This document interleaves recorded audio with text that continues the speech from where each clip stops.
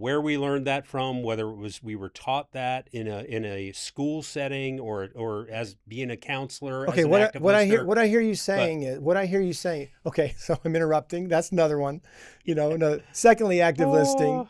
What I hear you saying is that gave you a visceral response. So you do this mirroring thing and this repeating, right, to make thing. sure that I'm really hearing what you're saying to me, and which is not quite as bad, but it's not whole thing it's not really good either.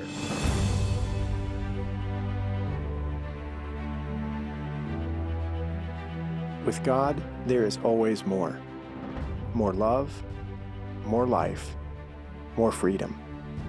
Welcome to Zoe's Exploring More with Michael Thompson. C.S. Lewis once wrote, "Our Heavenly Father has provided many delightful ends for us along our journey, but He takes great care to see that we do not mistake any of them for home."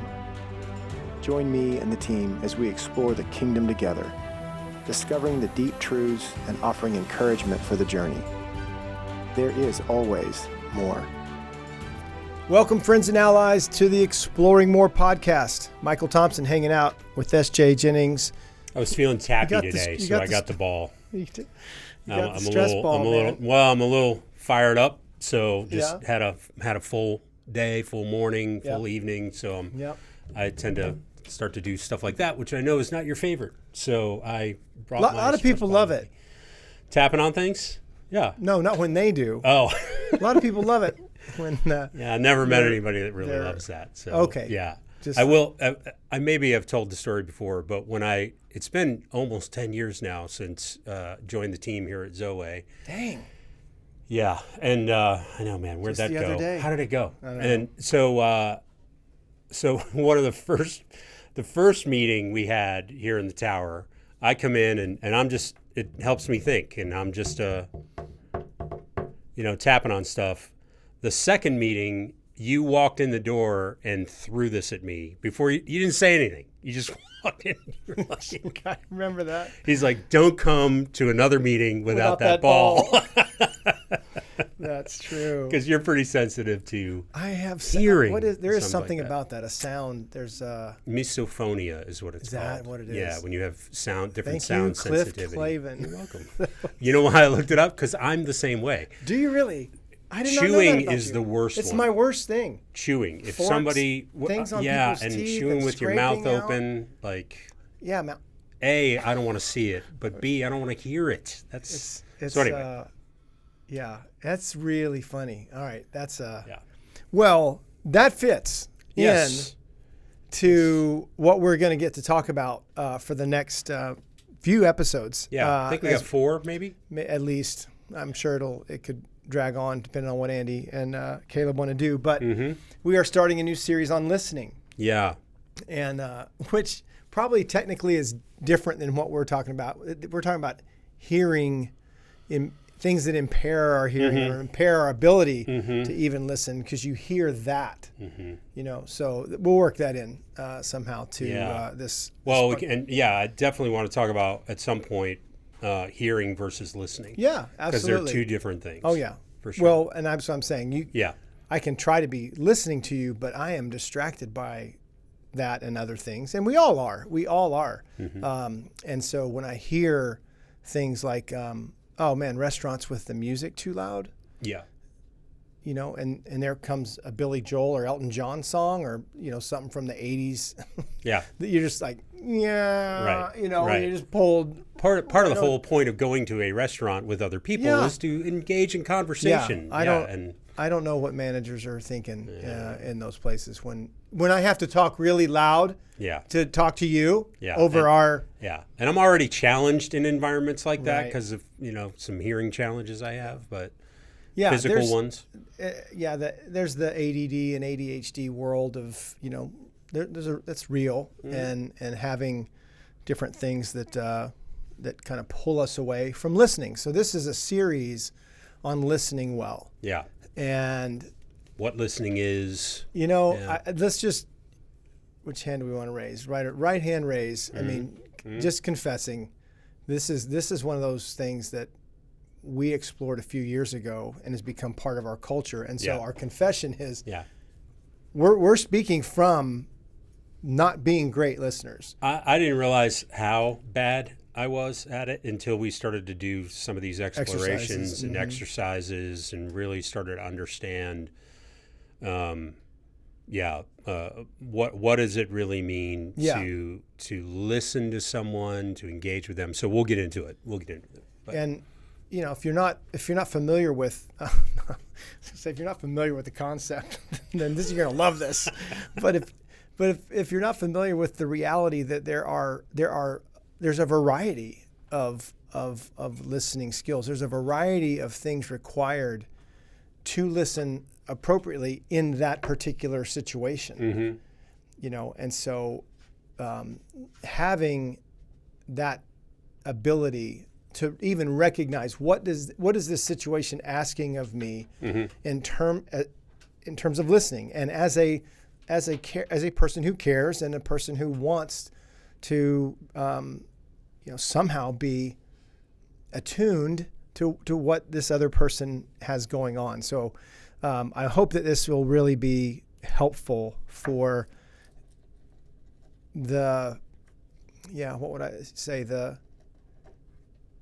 maybe arguably the most significant relational skill that a person could have. Yeah, I don't think that's overstating it at all. I think I'm with you on that. So we'll be right back. And listen to this. So you can listen. During the break. I was trying to figure out how to work that in. So we'll be right back on the Exploring More podcast. Yeah. It's good for you. It builds confidence, a strong heart, and a sense of belonging. And of course, brotherhood. I'm talking about allies. At Zoe, we believe that no man should go it alone. So we've created 2 national Zoom groups for men, the West and the East Circles. They kick off again this fall, and you're invited. So get signed up, pick up your copy of The Heart of a Warrior, and join us for a strength-building journey. Got allies? I hope so.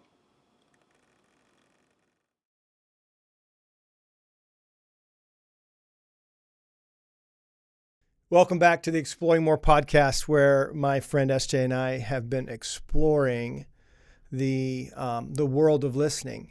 And so this is a series on listening well, and it has been really fun to put a lot of thought and notes. And I want to give my wife Robin huge props, because a lot of this started, at least within the Zoe culture, but it started in some of her training in trauma therapy.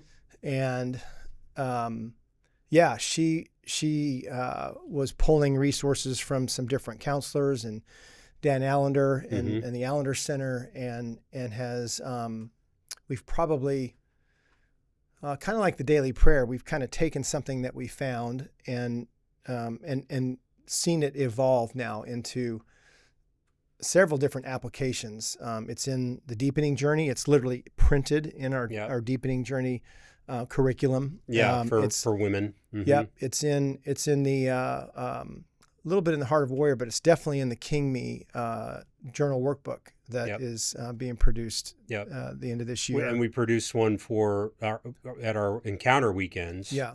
It's really the centerpiece of the training for the medics that we have at the encounter weekend. And a medic is a guy that just sits and listens well to another guy at the weekend who just needs a little one-on-one time. And it really, really landed significantly in the Rendezvous Project, our resource for couples. For women, yeah. No, the Rendezvous. Yes. For men and women, I meant to say for couples. Yeah. Sherry and I took and that's kind of what we did was, Robin brought the original resource, and we've just, like you said, kind of molded it and shaped it, took the recipe and made it ours. Yeah. And different in the different applications of different resources that we offer.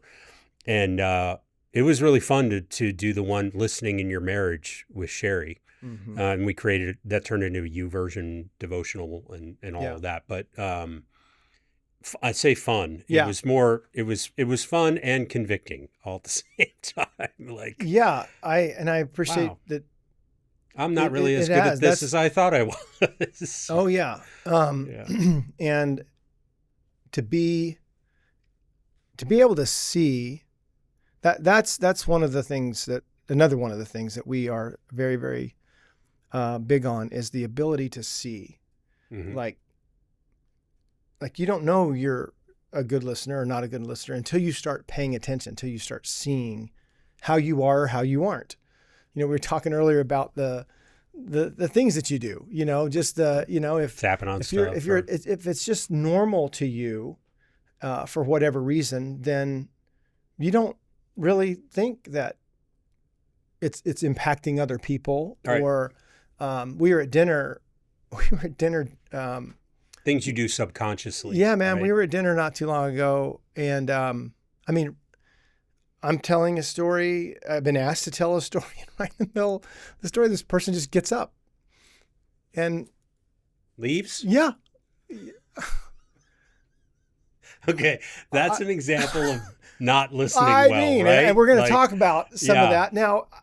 Whatever they had to do, the one speaking, sharing, it is left with, what did I say? And that's kind of weird. Weird, yeah. Right?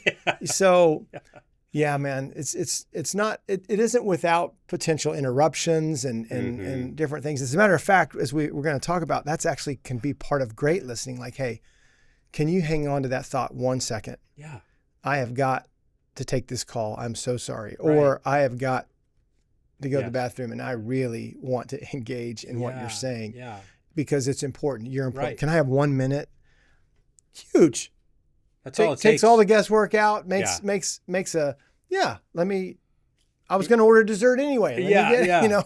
Whatever. Hold that thought. I'll be right back. Right. So I think some of the practices too, about listening that isn't good, and why it could be. It's where a place I actually want to start, because I think it's really funny. So, except when it's happening to you, right? It's just really right. What? Yeah. What is going on? So, were you going to say anything about Brian Regan? Is that years and years ago, we started using a clip at our weekends from it's the best. Brian Regan, and he's at the Improv. If you want to look up, I would highly suggest you go watch the whole thing, because I can't remember. I think it's Brian Regan at the Improv, but he's wearing a blue button-down shirt and he's standing in front of a brick wall. So when you see clips from it, that's the one. That's the one. Yeah, he's got many, but yes. Yeah. So we started using this clip in relation to a talk that we do at the Encounter Weekend called The False Self, because he leads off in it talking about the me monster, right? Where we've all been me around monster people. will get you there too. If you YouTube Brian Regan, me monster, you will. That's find all you got to do. So, or wisdom teeth. I'll get to that in a second. But he starts off with, he's at a dinner party and a guy is just there. He's talking enough for everybody, and he's telling all about how he's got a fleet of sports cars in Zurich and flies into Aspen and this and that. It's just me. And then he goes on to say, he says, I made the mistake of trying to tell the guy about having 2 wisdom teeth taken out. And he said, don't even bother, because as soon as you start to talk about 2 wisdom teeth, they're going to parachute in and cut you off of the past and talk about how they had 4 wisdom teeth taken out. So he said, I had 2 wisdom teeth taken out. I had 4, and it's that, you're here, I'm here, you, me, and it's a crazy thing. I know if we had the time. You got to go watch the clip. If we had the time, SJ could do the whole thing. I really could. Yeah, I've watched it so many times. And I could do most of it. Yeah. Because you'd fill in any of the It's a great gaps. example of bad listening. It is. And how what you're talking about is the inability to not make it about you. Yeah. And I can't tell you how many people, as we've talked about this at our conferences and in different spaces, and I've mentioned this, I've said it this way. Yeah. I'm amazed at the number of people that I can spend time with, including my family and greater family, particularly, greater family, and not be asked one question. Mm-hmm. Yep. Even when, and again, we don't have it all figured out. So Please hear me. I'm not putting us up on some kind of pedestal, but we've been working at this intentionally with one another for quite a long time. So even when we set the example by sitting down with someone, a member of our family we have not seen in a long time, and just asking what I would refer to as a barrage of questions, and kind of setting the tone, and then there's no questions offered in return. Yeah. Not even reciprocal of the same, like, enough about me. How are you? Yeah. How are you doing? How's Robin? How's something? Yeah. You just listened to me for 10 minutes. Tell me about, that transition. It's back to that. It's just not even available. Right. And that's what we're why we're talking about some of this is, practically speaking, to help our listeners, our friends, our allies develop some of these skills. Because if you don't know how to do something, or if there's something that you're doing that you should not, you get to practice. Mm-hmm. You get to learn a new way. And I would add too, Michael, if it hasn't been going well, that's an indication that you might need a little more practice in that area. Yeah. Right. Yeah. I mean, certainly. So being aware, like you started us off with, being able to see some of these things. Yeah. If you can see and you can go, wait a minute, I never asked questions. As you're listening, then okay, we're not here to condemn. We're here to say there's a better way in our experience. Yeah. And that would be worth everything we're going to go into. Really, I believe SJ starts with our friends, our allies, our listeners, being able to go there, right? Paying attention, watch the kitchen table that you're actually sitting at, take a seat up here and watch it. Start watching. Be aware of how people are listening or how they're not. You can see it, man. I mean, you can be sitting there with 2, 3, 4, 5 people. Dudes when the phones are with us, that's a whole other thing. Mm-hmm. But there's some real practical things that we'll get into, but all of it really, I think, boils down to paying attention and seeing this thing called listening. What does it look like? Can you observe it amongst people at lunch, at dinner, in who are together, on the porch? What does that look like in the church foyer? Right? I mean, I get it. We live in a lot of shallow water relationally, a lot. Oh yeah. Hey, how's Sherry and the family? Blessed and highly favored, brother. Awesome, man. Yeah. See you later. Yeah. Did you see those lions? Yeah. Did you see? You talk about a few things, and I get that. But, But when we start to move into something more, or be invited into something more as a listener, you're not going to get a lot of good. Let me say it this way: you're not going to get a lot of chances when somebody realizes, and you might be married to them. Or they might be your dad or mom, that they don't listen well. You get trained. I'm not trusting you. Yeah, that's 100%. That's what's at stake. That's what's at stake, and that's one of those ones. Oftentimes, that's that great example of death by 1,000 paper cuts. Like over the course of 20 years. Never being feeling heard, never feeling like your spouse is really listening, or it just closes off your heart. Yeah. I mean, it just covers it over with scar tissue. Mm-hmm.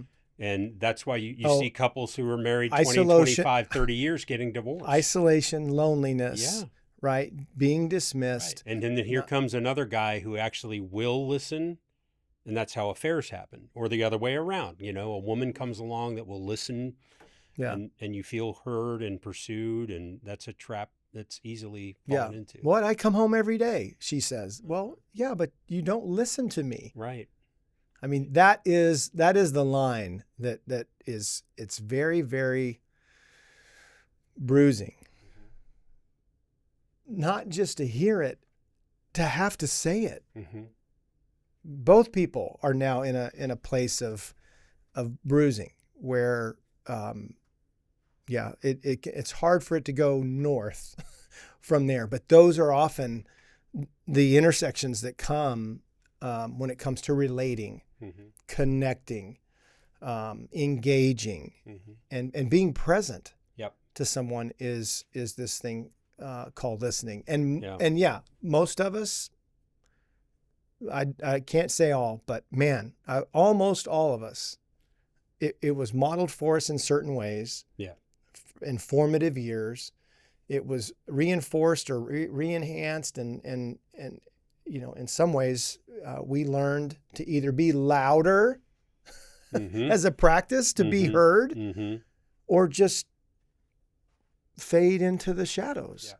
Because nobody really cares anyway, is the agreement. Yeah. We've talked about this before. I know I'm not outing you on this, but when you've said that what I learned was my emotions don't matter.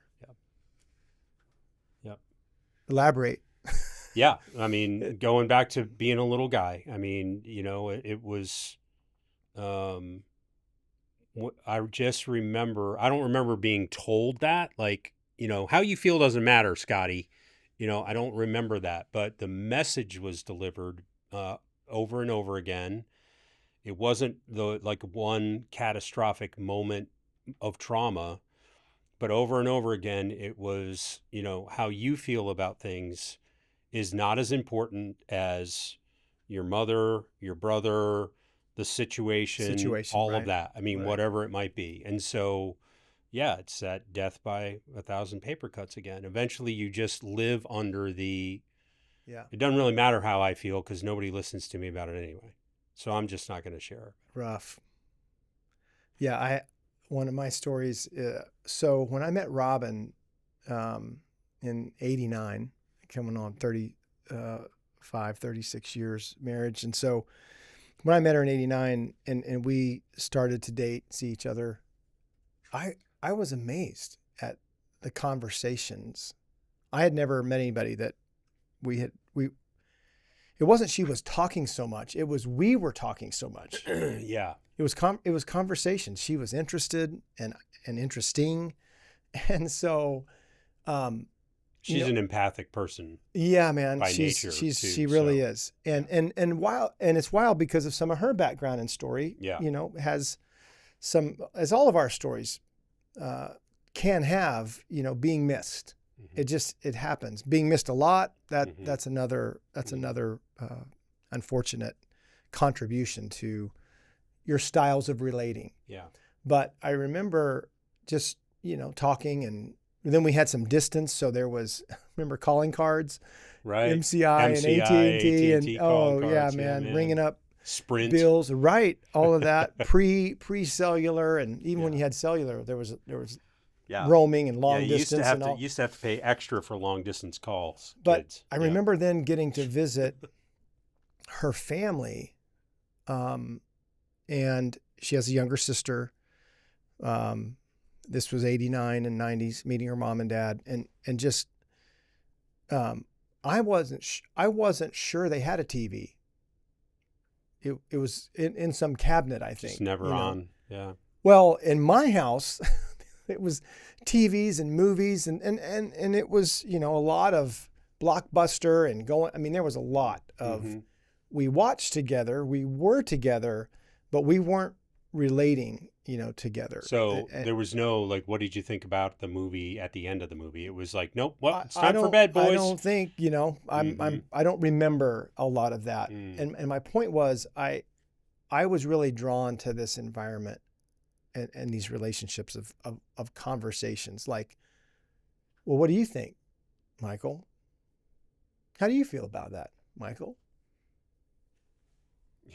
It's just, I just was very aware. You're asking me? Yeah, I was very aware. And And it was like a moth to the flame. It drew me in, and now I've been in it for 30 some years. I'm still trying to figure out how to work, but it's changed my game in terms of listening, and through trial and error, and not being, a man whose reputation would be he listens well. Now, to the men that I was counseling for years, to the men that we then work with, they might have a very different opinion, because when we kind of step into those shoes, that's what we do. When we do intensives, when we do, you're on that court, man. We're asking. So we are asking questions on purpose to try to, invite and draw that heart open and out. So, but when it's like, when you take that hat off, and you then go home and offer your wife and kids very little of that, if anything, that's a problem. That's a problem. So, so I think tackling this is important. How we listen, I want to suggest, starts with how we were listened to. Certainly influenced. So even to survey, we were just, Caleb and I were talking about some numbers regarding, some of our social media and posts and stuff. I mean, numbers matter. You like, okay, what were the numbers before we did this stuff? And now what are the numbers looking like now? Right. And it's the same thing in the listening category that we're exploring is, well, let's start with how did it go? How's it been? What did you learn? What are the numbers? If you were listened to and you would say on a level of 2 or 3, you're probably not catapulting as a listener to 7, 8, and 9. Right. As a matter of fact, you're probably dealing with some kind of wounding or bruising when it comes to relating and carrying around that idea that my emotions don't care. And it's very easy to have that reinforced by somebody who gets up from a table and leaves the table. Right. I mean, when you're in the middle of something that is a very important story. It's not like you're talking about the weather. And 9 out of 10 of us would say, what did I say? Or what did I do? Because that's just how we often, that's what the enemy has on us. That's what the tapes that are playing in the background of our stories. Another way to say that is, see, I knew it. Nobody cares. Right. Yeah. Yeah. I think that's a great line. I would add as we go forward in some of our conferences and stuff, it's always and nevers, and everyone and no one. No one. That's a great addition to registering the levels of which and the weight of which we might be feeling something. When that is the first headline, to come up. See, there it is again. And I'll never share again. And maybe this is the next. I'll always be more careful. Yeah, maybe everybody, nobody, right? It's the next series we can get into. But to go from an interaction with one person, that all of a sudden you're standing in front of one person, and it provokes that response. See, nobody cares. Well, it's not just one person there. There's a line of people behind that person that brought that up again, that have reinforced that idea in your life. Yeah. Whether it's I don't matter, or nobody cares, could be very untrue. Everyone hurts me, or hey, she could have got up, bolted up because she had to throw up. But the judgment that comes, or the possibility of judgment that comes, is almost immediate. Right. Right. So that's, I think, an interesting perspective on hearing versus listening. So, that moment, what you're hearing is, what the heck? What is wrong with her? Or what is wrong with me? Or you're hearing those things, right? But if you listen in the moment instead, and listening is more of an interpretive practice, right? Hearing is just you can hear the words and Yeah. they can go in one ear and out the other, as my dad used to like to say. It's like when I talk to you, it goes in one ear and out the other. I mean, just because you're hearing something physically Right. doesn't mean you're listening to what's going on. Yeah. And so in that moment, if you're really listening, it's like, man, yeah, I don't know what's going on in that person's life. I don't know if she's feeling sick. And if you're sitting across from someone and talking with them and they're sharing with you, your inclination as a good listener would be, rather than as you're hearing them share a story, you're getting prepared to talk. Usually what people refer to as listening is they're waiting to talk. As we get into what, in this episode, as we're talking about the problems, the challenges, that's a huge one, is how hearing turns into reaction, and that reaction is somehow, I've got to take a turn. And there's I wrote this down, SJ. You're talking about the difference between, there's conversational listening, which is kind of taking turns back and forth. Hopefully questions. We're back talking and forth. about the That's what I was saying earlier. football season. How about or you? something? Who are you? Who's your favorite? Right. And or what's your experience been? I even think with conversations that the more that we could start to practice a few question marks in. Well, that's that what game, I was going to say, is the difference between hearing and listening. Listening is an active process. I always think of it as, and maybe this isn't the greatest analogy, but, I'm trying to dig a hole to get to what we're really talking about in that with that person. So if I ask a question, how'd it go with your visit with your parents last week? You went to see your dad. How'd it go with your visit to your dad? And you asked, we went up and saw Sherry's parents. You asked the question, how'd it go with the parents? Well, if you're listening, it's not going to be, it was great. If you just want to hear an answer like that, it was great. Okay, good. Yeah. And you move on to what's next. If you're listening, it was really great. Oh, what made it great? Right. And you're digging down towards the core of what you really want to discover in the other person. Yeah.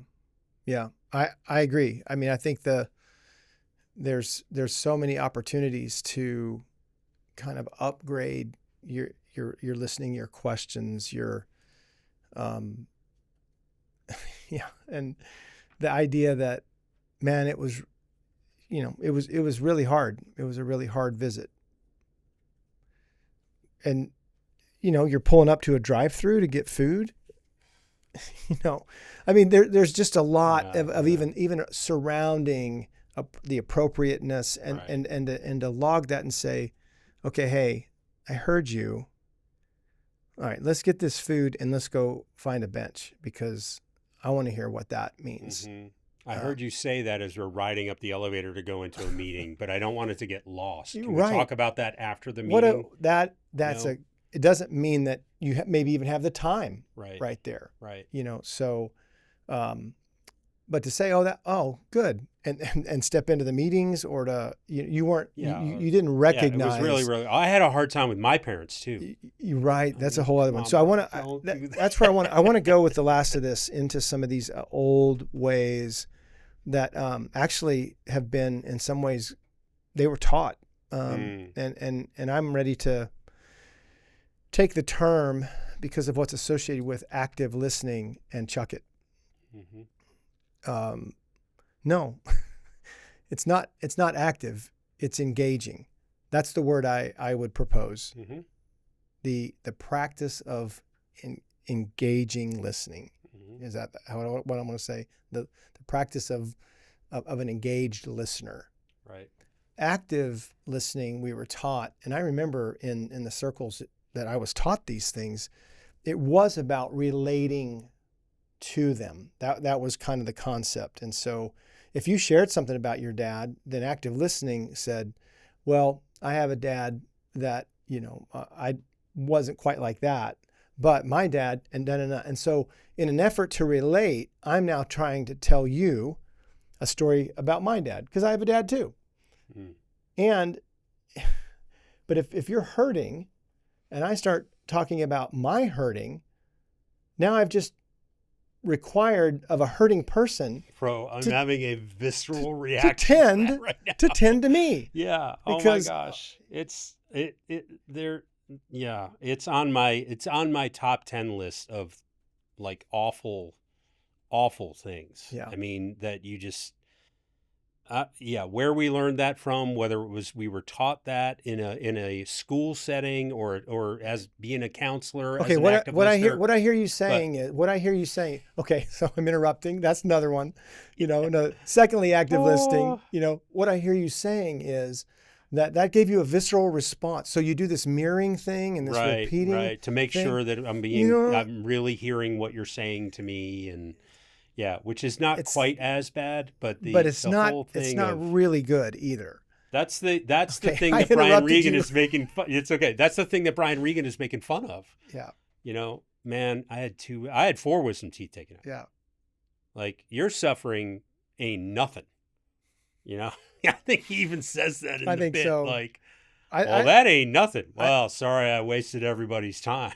I'm pretty sure if we wouldn't just crack up at times, we could model every episode that we're going to do. So, okay, let's start with poor listening, and we'll have it on camera. And it might be funny, but it's not really funny when it happens to you, and so we'll think about that. We will. But I want to bring back up this idea of engagement. Yeah. Versus, instead of active, not versus, but instead of. So back to the nonverbal, some of the nonverbal painful ways. When there's a phone, when there's a distraction. I mean, we've sat at ball games together, and baseball is very different than a basketball game. Football is very different than a basketball game. I mean, the way that the game. So even talking in those environments, as the one who might need to talk, that's not a great environment for me to even require of you a level of listening that some pain or trauma or bruising in my life might be needing.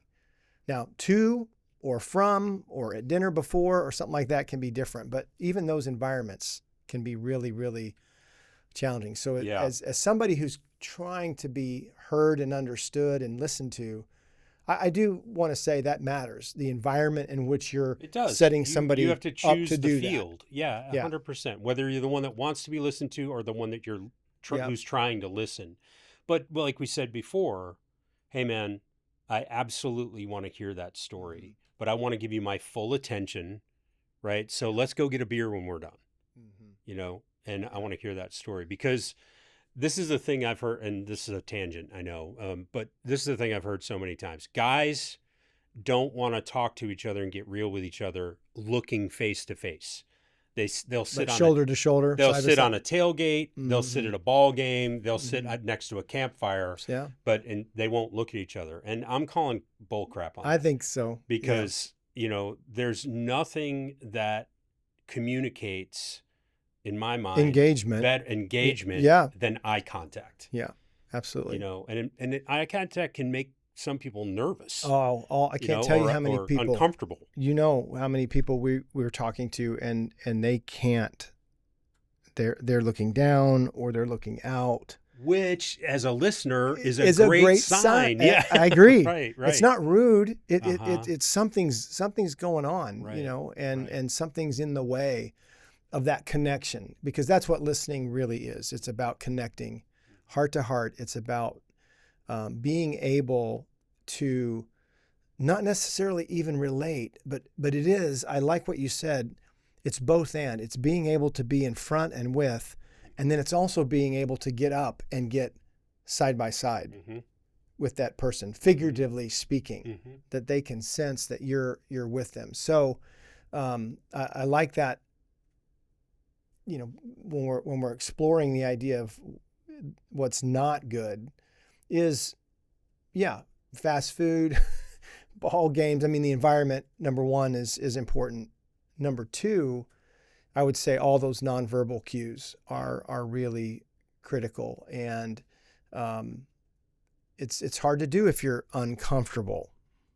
If the chairs, the sofa, the TV's on, and so some of it, even as a person sharing, I want to be, mindful. I think in the sharing, there can be, hey, do you mind if we turn that off?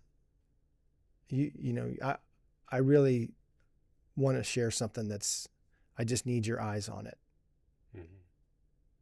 That's very helpful to the listener. And I know 100%. I'm putting some of the onus to the sharer, but I'm saying that if you're not listened to, and there we go again, and there's some things that you can improve, even the scenario, the situation, the circumstances. Absolutely. in which listening. We've talked about it. So be careful. Yeah. Who you trust, where you trust them. 100%. And how that... Be cunning, right? About who, what, where. Yeah. And we've talked about it before too, in the context of our relationships. Like, hey man, can I talk to you about something? Yeah, that's right. It's one of our cues is an opportunity to say, hey, I was trying to share something with you that's really, really hard and really, really, really important for me to get out. Yeah. And you started talking about yourself. That's not helpful, Yeah. And so even though those are hard to do, it's really more kind to yourself and to the other person. Now, you can't guarantee how they're going to respond to something like that, but it's kinder than to just swallow the idea. Here we go again. Yeah. Nobody listens to me or whatever. It comes to mind. We're more free with our encouragement, advice, exhortations in playing golf. Yeah. Driving, how we drive. Oh, yeah. On, a variety of other things that we feel the freedom to say, you shouldn't do that. Yeah. You're sliced again. You know why that's happening. You're right? dropping your, So, but yeah, we don't really talk about listening and what we need and communicating that, which is a challenge because it feels very vulnerable. And yet that kind of input from a friend for sure can be, take us into another trajectory, I think, of relating, communicating, being heard. But this engagement, engaging listening, I like what you said earlier about what is it? What are the two people who are in it in the conversation? What's it requiring? What's it need to be good? And environment's important. Those listening for some of those catchwords, like you heard, or maybe you didn't even hear it, but you saw pain. My wife is a very expression person when she's talking, and she did something the other night that she just was talking to. I don't even remember what she was talking about. I should remember. Let me think. But she just did her face like, and so I went, wow, that must really bother you. Yeah. She's like, why? What are you saying? I said, well, you went like this, or it was like you were choking on a Sour Patch Kid or something. And, because I saw the expression, and we both laughed quite a bit about it. And, another thing I appreciated about her and other people, some people, when you're talking to them, if you get expressions, they almost can mirror that and they can lean in. I mean, there's some people who are very gifted at they're listening that intently, that whatever emotion you're giving, they're engaging with it 100%. And they can, so when you're really getting sad, you can watch them. Yep. I've seen them. Yep. Sherry, Robin, I mean, I've sat across, it's about me.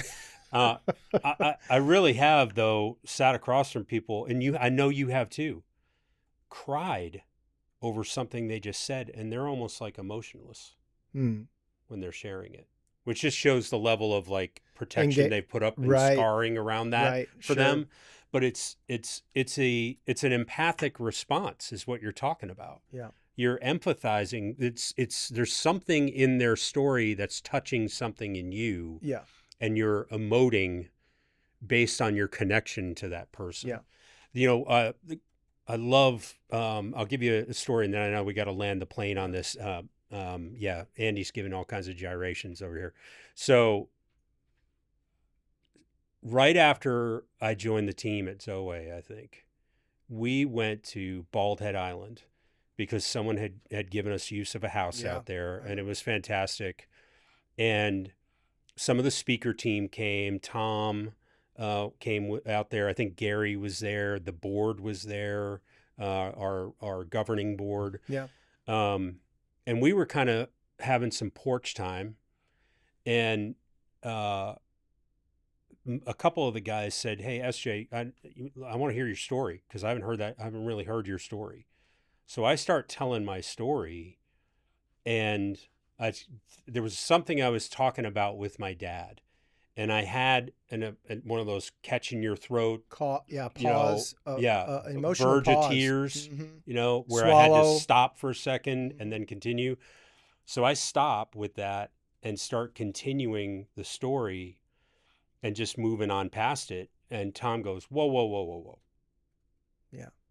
What was that all about? Yeah. And I'm like, "What?" I didn't even recognize it at the time. He's like, you almost went to tears right then. What was that? Mm-hmm. What a great example. I've never forgotten that, Michael.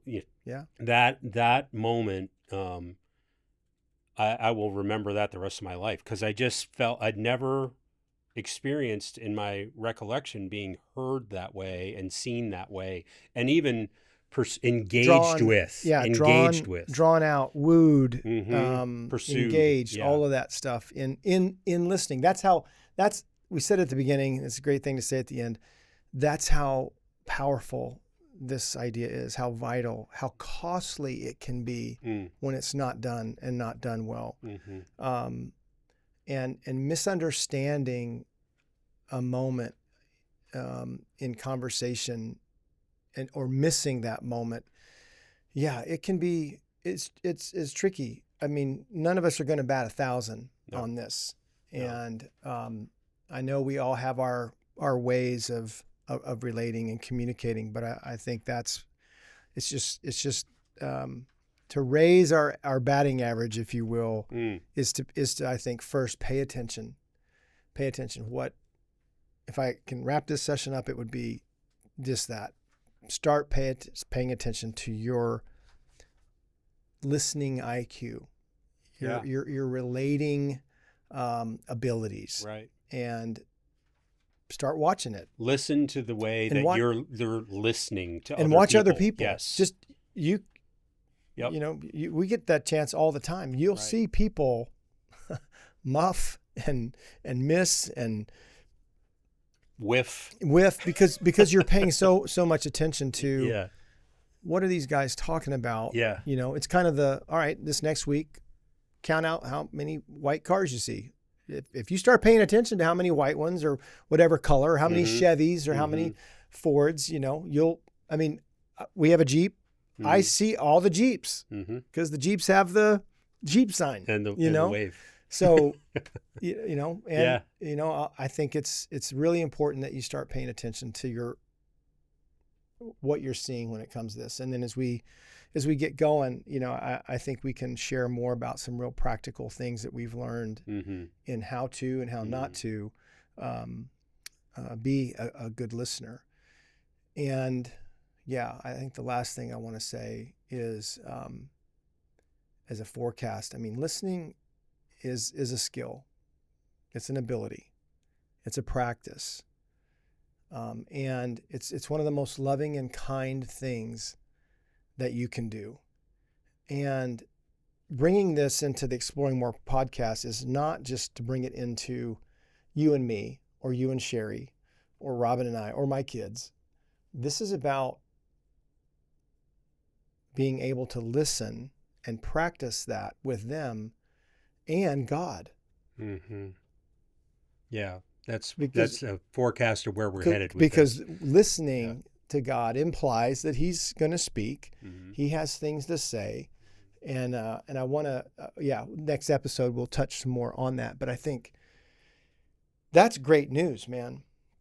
But I also know there's been some things in the way of listening to God, and there's been some things in the way I was trained of listening to the people that I really do love and care for, and want to be engaged in their lives. And so I'm looking forward to this, unpacking this some more. So it's a good one. Yeah, it's good. So we'll see you next time for more on the listening journey with the Exploring More podcast. Thanks for being with us. We hope you have enjoyed this episode of Exploring More. The landing page for this podcast is zoe.org/podcast.